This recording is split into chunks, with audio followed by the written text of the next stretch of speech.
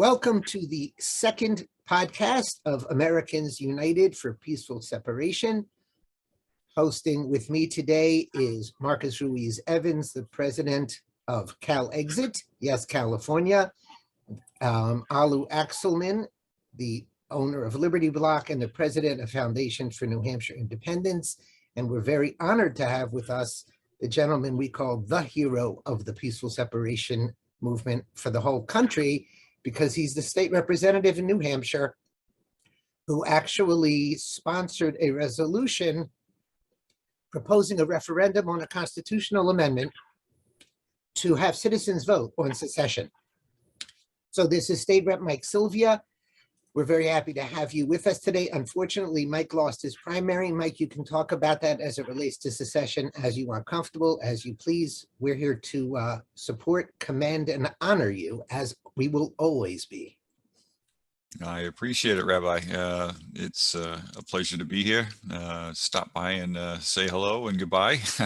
Not necessarily forever, but as far as my term in the legislature, I'll be taking a break.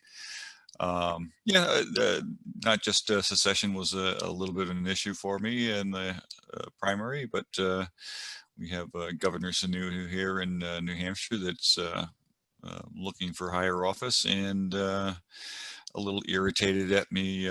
We filed an impeachment charge against him back when the COVID crisis was going on, and he was abusing his powers then. And he's tied up in this ski business, which has stirred a lot of folks locally. So there's a few issues, and I don't hold back a whole lot. So I guess I got to deal with it when it comes back at me. I'm curious, Mike, how much money do you think the quote establishment put up to beat you, and how does that compare to a normal election? Against me specifically, there's kind of a lot of factors. There's this group that's called Citizens for Belknap. It's a PAC. They raised $40,000 and probably actually more than that, because they started before they even had that particular PAC running. That's been going for about a year over an issue at a county-owned ski area. So they were looking at essentially all of the Republicans, which the county is 18 members of the delegation, as we call it. These are the state representatives for this county, which make up the legislative body here. So those 18 members are all Republican, and the folks on the left don't like that. So they pretend to be Citizens for Belknap, and they spent $40,000 and did pretty well at influencing the election. So that's probably not 18 seats that were affected, but all of those polling locations had people out there with their ballots the way they wanted them. New Hampshire also has an open primary, so any undeclared Democrats could come in and vote in the Republican primary. And who was the PAC or organization that sent out the mailers a couple of days ago? So there was another PAC that some friends of Governor Sununu had put together that was supposed to support him. They sent out a bunch of mailers against some of the folks that were doing the independence movement who had voted for it. Apparently voting for it alone is enough to get you on the target list. And of course the sponsors. And Melissa, who supported impeaching Dictator Sununu, she got one. But she won. Mm-hmm. Yeah, there were some folks that didn't have primaries. Glenn Bailey was not in a primary, and I suppose he might be safe in the general. Now, let me ask you one more question, Mike. I would assume that your neck is feeling much safer today because you probably won't be hung for treason now that your nemesis is also lost. Can you speak about that a minute? My nemesis, Bertie Deshay. I'm going to have to interject. I would not mention Deshays in the same sentence of the same league as Mike Sylvia. I agree. Any sense? Brody was the one that was leading the charge against secession when the House hearing was held and on the floor of the House. And he had actually raised a bunch of money. In fact, that came from union folks for a PAC called Common Sense PAC. So he got $40,000, which he distributed to friends of his and the folks that are against right to work. And that included some folks here in the county. So he was spreading some money around, but it managed to lose his own race, which is very good for Liberty, because he is in the model of Sununu, and a young man that's rather ambitious. I suppose he will probably be back, but for the moment, we can be happy to be rid of him. Is there any part of that that could have been tied to that whole treason business? Or you think it's totally unrelated, his loss? I think that is unrelated. I don't think there's any connection there. That he happened to get a very good opponent who was really highly supported. I forget the first time I talked to her, she had raised $6,000 to run a state rep race without even asking for donations. So she, for some reason, I think she was with kind of the school movement for parents' rights. And she got folks inspired. So yeah, DeShays was drawing serious primary challengers who are very motivated to replace him well before the independence thing, before Corona fascism even. He was the one who, I believe it was him and maybe Joe Alexander, the two furthest left Republicans, pretty much rhinos who were 40-50%ers, who were intent on totally repealing the abortion restriction that restricted late abortion. So he was pro-abortion, I think pro-taxes, totally pro-Democrat in every way, pro-union, pretty much the average Democrat, like Sununu. Again, he's like Sununu's son. So he's pretty much the average Democrat, and he's looking to be the next Liz Cheney, kind of Murkowski, Mitt Romney, very much a Democrat. So I remember Melissa Blasick and a lot of other conservatives saying they want him gone years ago. So and then the treason thing, Mike, I think that it's probably a factor. Saying he wants to remove people from the ballot undemocratically by filing a complaint for treason, just for supporting the thought of independence. I think that pissed off a lot of people, at least in my circles of liberty and independence, which is thousands of motivated Liberty voters. A lot of them were upset at him for that too.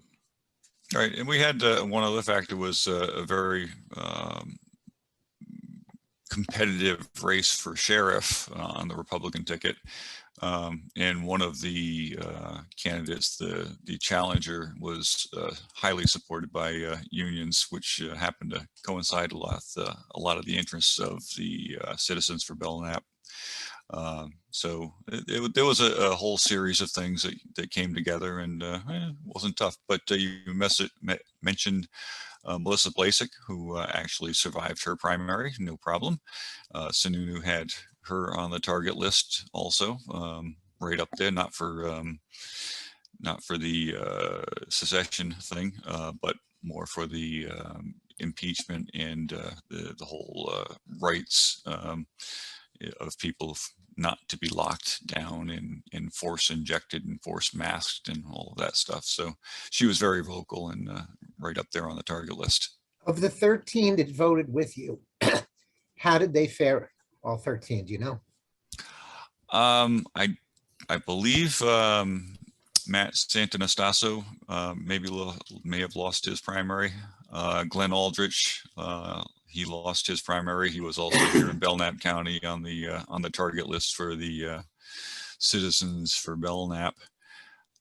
So those are probably the more significant ones. And at least have survived, or?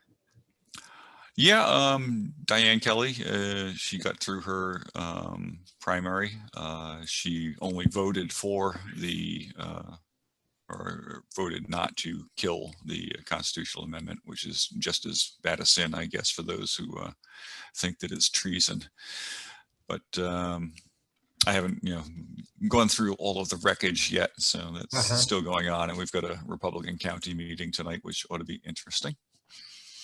I probably should ask Brody DeShays directly if he's going to take a job at DOJ or just a position at Harvard teaching. Or CNN. Oh, Because when Democrats Ah. fail, they get taken care of very well. When Republicans don't get elected, somehow I don't think Harvard's called you unless they're calling now while you're on with us. they'll be calling. Well, yeah, I'd like to say I need to bust out of here, but I certainly appreciate all the work that you're all are doing to keep the topic open. Clearly, we are certainly pushing the Overton window on the subject to the point where it's taboo to talk about, but we've got that door cracked, so let's keep pushing on it. And Marcus, obviously you've been at it probably the longest of all of us here, so appreciate all the work you've been doing for many years. I don't want to be like Biden and plagiarize, but did you ever know that you're my hero? Thank you so much for coming on, Mike. Thank you, and stay in touch. You're welcome back on the show anytime, and stay in touch, and we'll come back anytime. We're not going anywhere. So, all right, I'll be around. Thanks, Thank you very Mike. much. Talk Have a to you great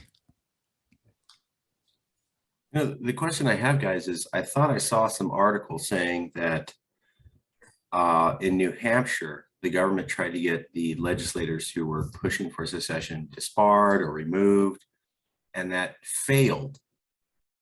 Is that right? Like That was an article on libertyblock.com, Marcus. Okay. Did you not read every article on libertyblock.com? Because the I do CFO my is going to dock best. your pay. I do my best. Could we maybe talk about that? What I found interesting was they were saying secession, secession, secession, treason, treason, treason. They tried to get some of these legislatures in New Hampshire disbarred or removed somehow. And then when they officially looked into it, they had to drop the whole thing because they didn't do anything that was wrong or illegal. I thought that was a big win. So my understanding, and Alu, I assume in your article you incorporated the Ed Maslish interpretation. They lost it 5-0, but on jurisdictional grounds. Now, what was the body they went to, Alu? The Ballot Law Commission, which includes as non-voting members the Attorney General and the Secretary of State. The Secretary of State was right there sitting on the panel. The Secretary of State and the Assistant Attorney General was there. And they all said, yeah, there's no crime, there's no treason, there was no violence. And without violence, there's no chance it's treason. But yeah, ultimately they voted unanimously to dismiss the complaint. The complaint was to throw them off the ballot. They dismissed it, but they didn't say it's ridiculous to throw them off the ballot for secession. They said, we don't have jurisdiction. I think that was like the Marbury v. Madison thing. We don't have jurisdiction, so we're not going to rule on this entire thing. We can't throw people off the ballot, which is, they kind of do have jurisdiction. It was kind of a cop-out. It was a cop-out because they knew they couldn't do it. Exactly. If they were going to, yeah, it was a cop-out, so they can't say, it's totally cool to talk about secession. So this was some way. Yeah, the Ballot Law Wow, we Commission, didn't I say would that. think, has jurisdiction over ballot law. Am I crazy for thinking that? So no, so when we had this talk on my podcast, The Conservatarian Exchange on the Liberty Block, so Ed Maslish opined that he likes it better that they dismissed it on jurisdictional issues because they can never take it back. And no one can bring another complaint to them. So You don't think any politician would ever be a hypocrite? Come on. I'm not saying they wouldn't be a hypocrite, but that one's a little trickier. A judge could say, you know, one little piece of dust changed and I'm going to rule otherwise. A commission's a little tough, I think. What's the difference? I don't know. They can flip whatever they want to flip. They can You know, flip I'm it not. tomorrow. You know, I'm not a cynic like you are. Yeah, especially if dictator Sununu calls them and tells them to flip it. So anyway, I think, you know, for our purposes of hopefully representing the various groups around the country, I think the Mike Sylvia losing is big news, even though a large percentage of it was because of the unrelated scandal. Did you hear that Matt S. lost? No, he didn't really have a primary, so he's not listed. Max, his little brother, did not win.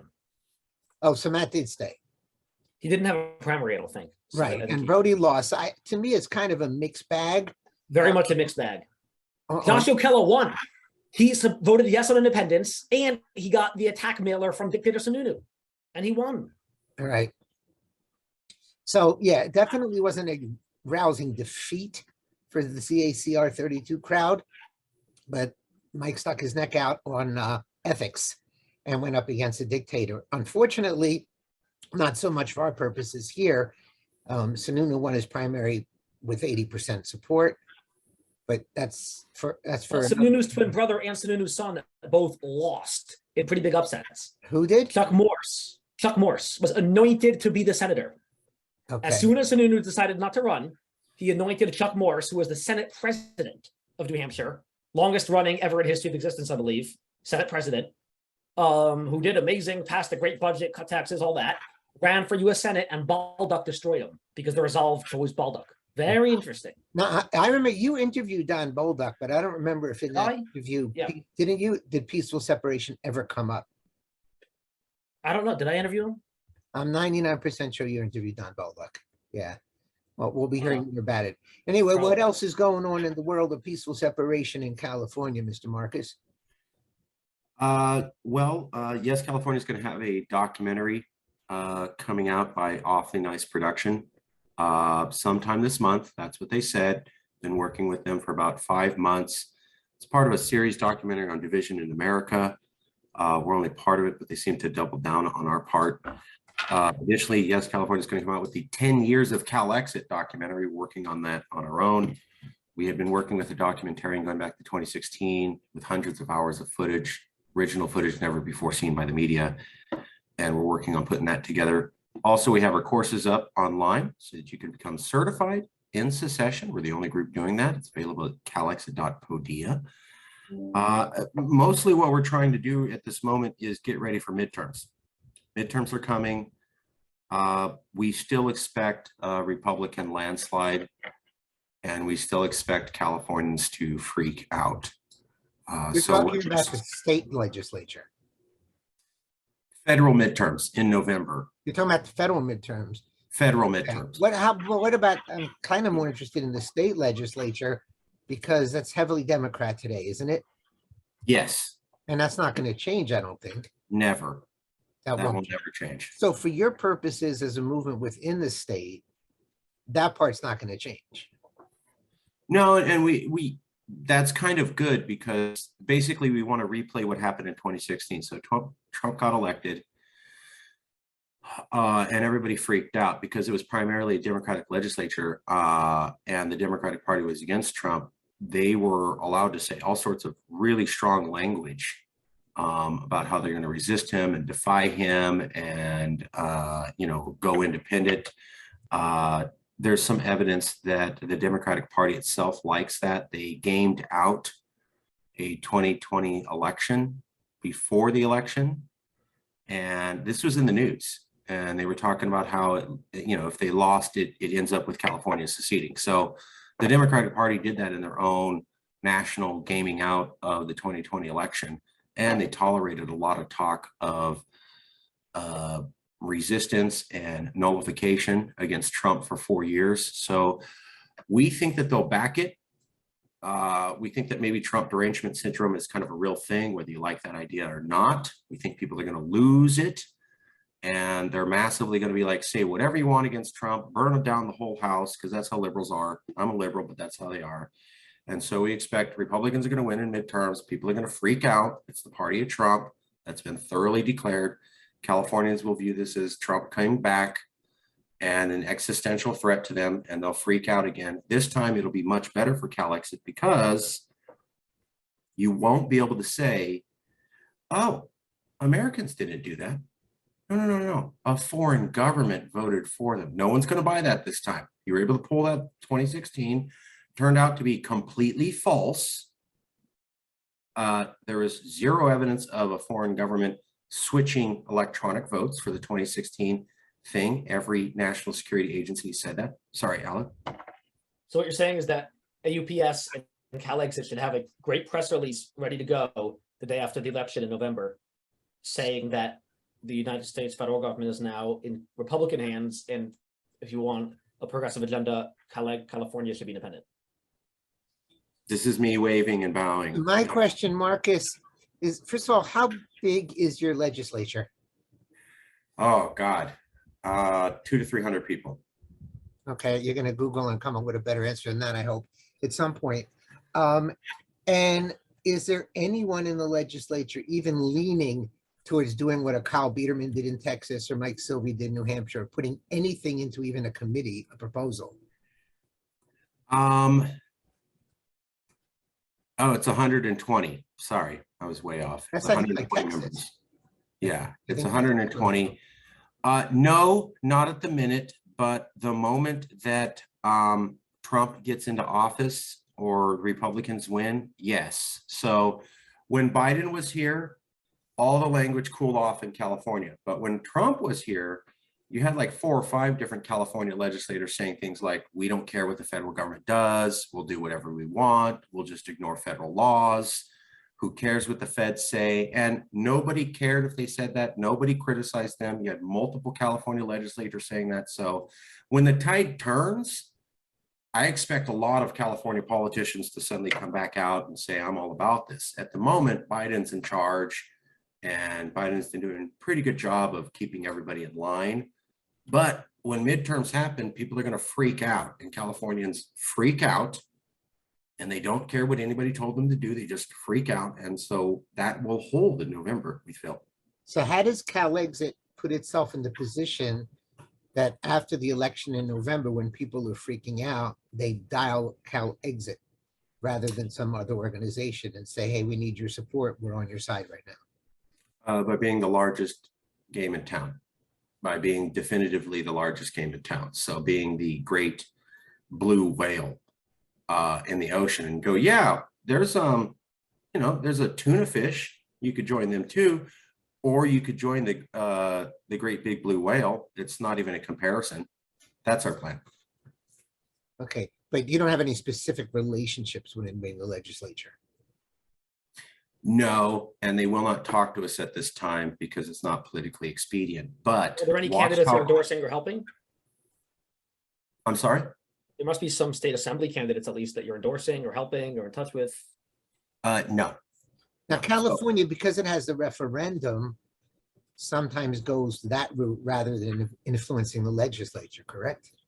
Well, we always have the ability to file a public referendum where if you get like 600,000 signatures from voters, it can go directly up to a vote of the people. You can totally skip the California legislature and it doesn't matter what they say or the governor says. We've always had that. I think 2 or 3 states have that. And that's a lot of hard work. I've done a bit of petitioning. It's a lot of hard work. But what's great about that is it's a doubly effective, because when you're petitioning, not only are your people getting active, but they're talking to people. They're knocking on random doors, and it gets the exposure out there. So it's like door knocking. So if you get 600,000 petitions, it's a lot. But by the time you get there, you have spoken to 20 million Californians. And if half of them or 2/3 of them support it, which I think they might, you're already there. So you do that. And if you do that, you're already there, and you'll win the vote when it gets on the ballot. So I do like that as an idea as well. They're both good strategies, but passing something in Sacramento is going to be like really hard with the establishment guys like it is here. If we can do it by petition, I would do that in a heartbeat in New Hampshire. So that might be the better route to go. Petitions are very popular. It's not widely available. For example, in Texas, they couldn't do it because they're not legally allowed. That's why they went with the Biederman thing. So Yeah, like most states don't really have that petition referenda just by getting petitions. Yeah, it's like 2 or 3 states, but because California has it, means that it's legal for other states to change their state laws to allow it. Well, the Constitution probably. We'd have to amend our Constitution to allow that probably. Sure, I'm just saying that it's possible at the state level to give yourselves this key step to claim independence on the international scale. Referendums are also being recognized as the key thing that you need to gain international recognition. So Scotland did a referendum. Scotland's going to the Supreme Court for a referendum. England said, well, what if we disapprove of your referendum? And Scotland said, fine, we'll go to the International European Court. We saw the same thing with the Catalonians. Their government brutally repressed them, just like China did to the Hong Kong people, literally equivalent for human terror. And they're still pushing for a referendum, even though their government said it's illegal, and they want to go to the international world because they recognize that once you have a referendum, you're in basically by international legal precedent. If you have some sort of fair vote and it shows like, I mean, Brexit passed with a 52% vote. It wasn't even 60%. It was like 2% over half, and they go, done. And that's international legal precedent now. So a lot of people are still putting this. Barbados just announced this week, it's a British island, that they too are going to start looking into a referendum because they see the point of that. So referendums are the way to go. if you can Yeah, do but it. here for that to happen, we'd have to change the Constitution. Right now, as it stands, the only way to change the Constitution in New Hampshire is 3/5 of the legislature and then putting it on the ballot. But is that another interesting approach? Ask legislators to propose a constitutional amendment, a CACR, to allow for referenda on people that are initiated by petition only instead of being initiated in the legislature. Simply that, allow for a constitutional amendment to be put on the ballot by petition, not legislature. That's a very interesting idea. Thank you. I'm going to run that by some legislators. The problem Well, also- is that most of the people, a lot of people on the right think that's part of the California insanity. And because California does it, they won't do it. Hey, it's democracy. Everyone loves democracy.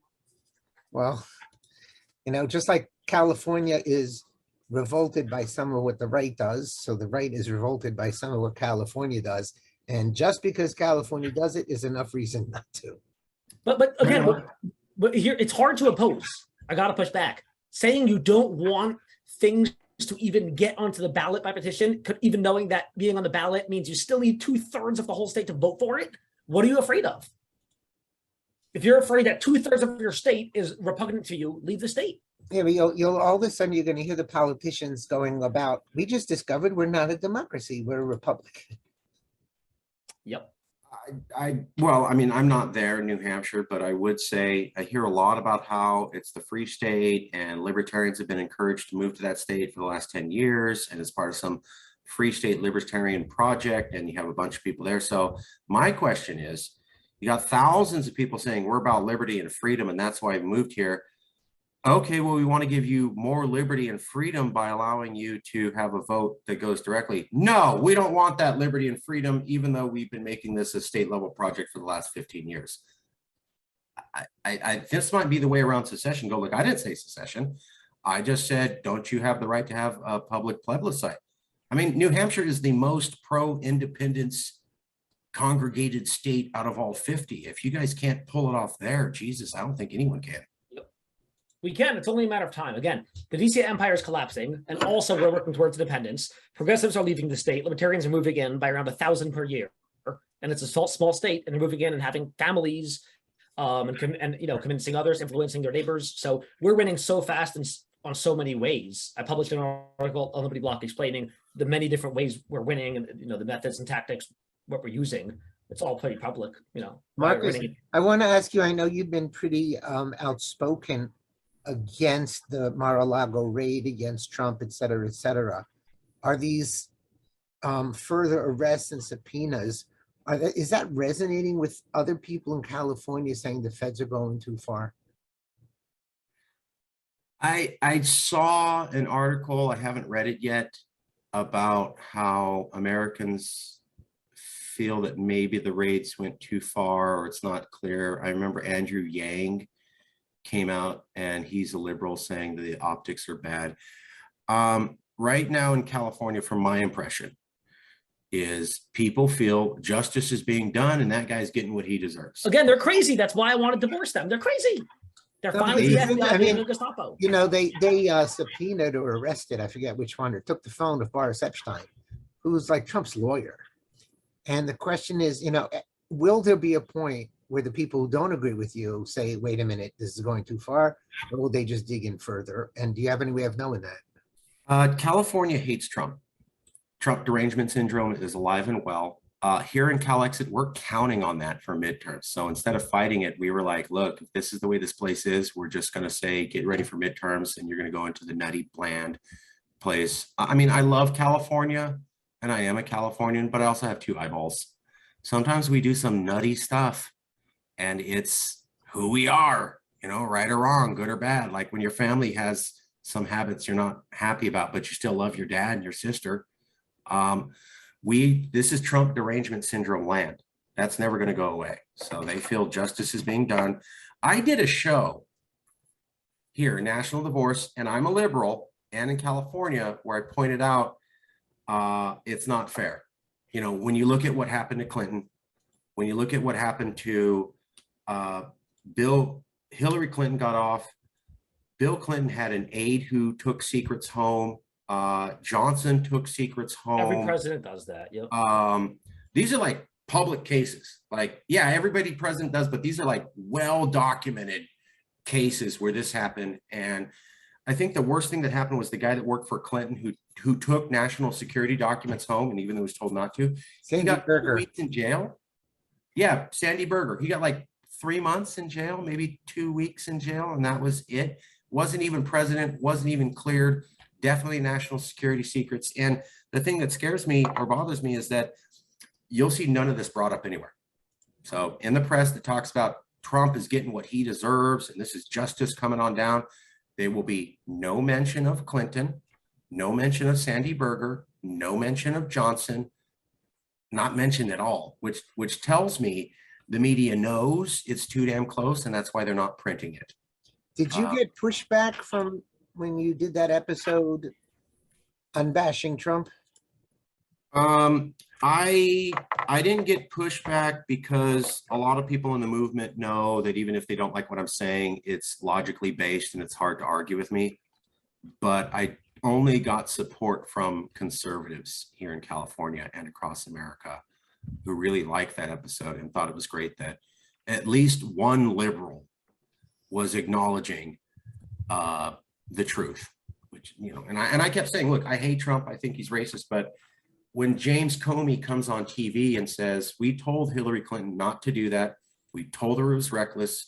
We think state secrets were lost, but she told us in her heart that it was just an accident and we believe her. So we're going to let it go because there's no intent. How do we know there's no intent? Because she told us. So that's cool. And then he ends his speech with the phrase, just because we're letting Clinton off, no other citizen should feel that in a similar circumstance, they would not be prosecuted. I mean, just think about what that says, that the FBI director says, blah, blah, blah, blah, blah, but no one else should assume that in similar circumstances, you wouldn't be, you're giving them a free get out of jail card. You literally said it on TV. They will not air the James Comey speech on Hillary Clinton, period, anywhere in the coverage of Trump and Mar-a-Lago. And when and again, I'm a liberal, I think Trump's a racist, blah, blah, blah, but got 2 eyeballs. And when was it? Lindsey Graham came out and said, there's going to be riots in the streets.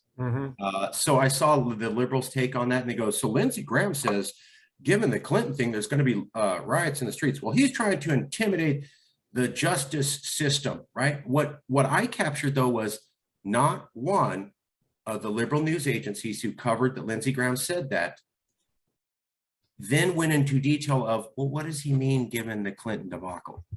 They said his speech and they went right to, he said riots in the streets, he's a bad man, he's trying to intimidate people. I go, well, what does the phrase the Clinton debacle mean? How come you guys can't explain that or try to cover what he's explaining?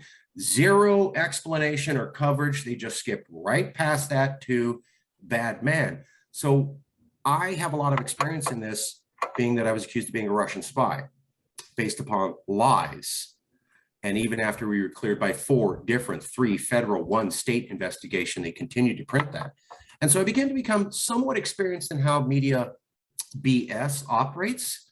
And I got to tell you, the way that they talk about CalExit, where they don't print the facts and they print headlines that are disproven and they make sure that we don't cover current information, it's exactly how they're covering Trump with Mar-a-Lago. Some of the Yeah, you know, at Identical. some point, will you guys get worried about being raided for being insurrectionists, just for talking about peaceful separation, national divorce?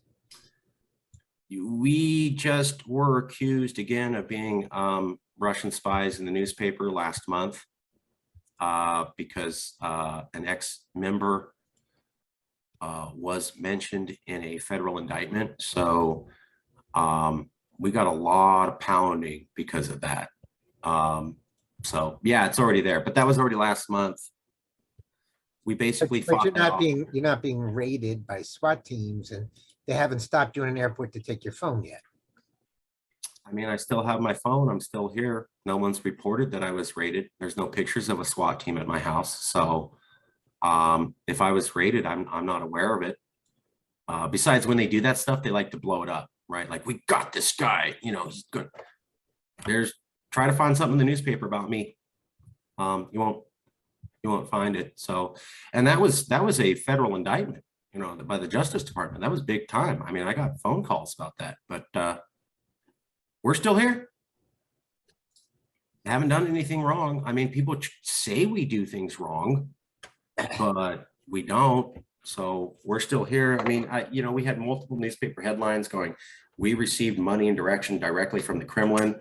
I got the Council on Foreign Affairs to back down on misprinting. Now, if you go down conspiracy lane, people know what that is.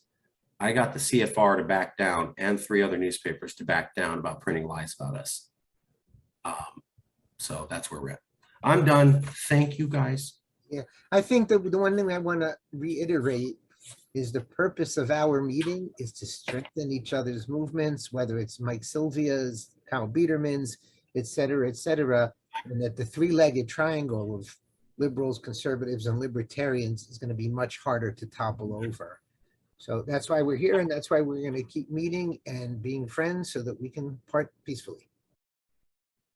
We want to show everybody that everybody here is reasonable. That's all this is about. We invite anyone onto the show to discuss or debate anything with us. Okay, have a great afternoon. I think it's already afternoon even by Marcus. And Yeah. we will be back on with another episode soon. Thank you very much.